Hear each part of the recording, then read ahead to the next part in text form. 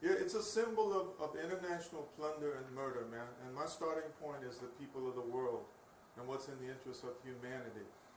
Look, you know, in this country, people are indoctrinated and brainwashed, and I wasn't exempt from that. I came up an army brat during the 1960s, during the Vietnam War, but those were very contentious or rebellious and defiant times, and people were protesting against the war. If you go back and you look at a lot of the case history for flag burning cases, people were making patches out of the flag and putting it on the seat of their pants. They were sewing peace symbols on the flag. They were burning the flag, and to protest the Vietnam War, to protest the oppression of black people.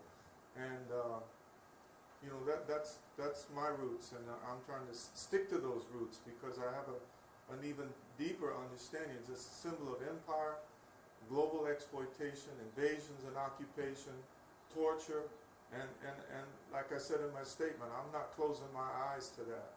And I want to continue standing with the people of the world.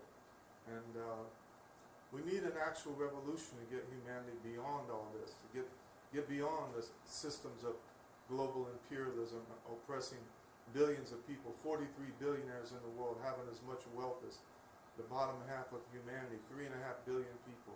It's the flag is their logo, their brand symbol for invasions and occupations, to keep that whole system going. You yourself said you're an army brat, so have you had dialogue with people who have fought for this country, who fought for that flag, and what was that dialogue? Yeah, I've had dialogue and I've had arguments, and look, they're not all of one mind. You know, I think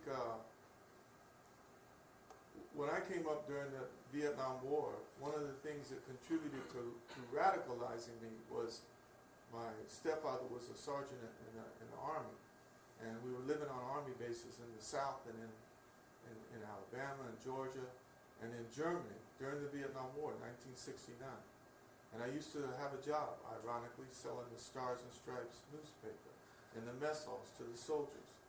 So I'd go hang out with the soldiers after chow and just talk with them. They weren't too interested in my newspaper, but we would talk about the war in Vietnam. And the mood among a lot of the soldiers and a lot of the grunts they were disgusted with the war. They didn't want to have anything to do with it. They didn't want to be part of it. And they shared that with me. And they told me, they said, "Kid, your old man's a lifer. Don't listen to him. This is the real deal." You know, that happened then. It can happen again. And do you consider yourself anti-America or anti-American flag?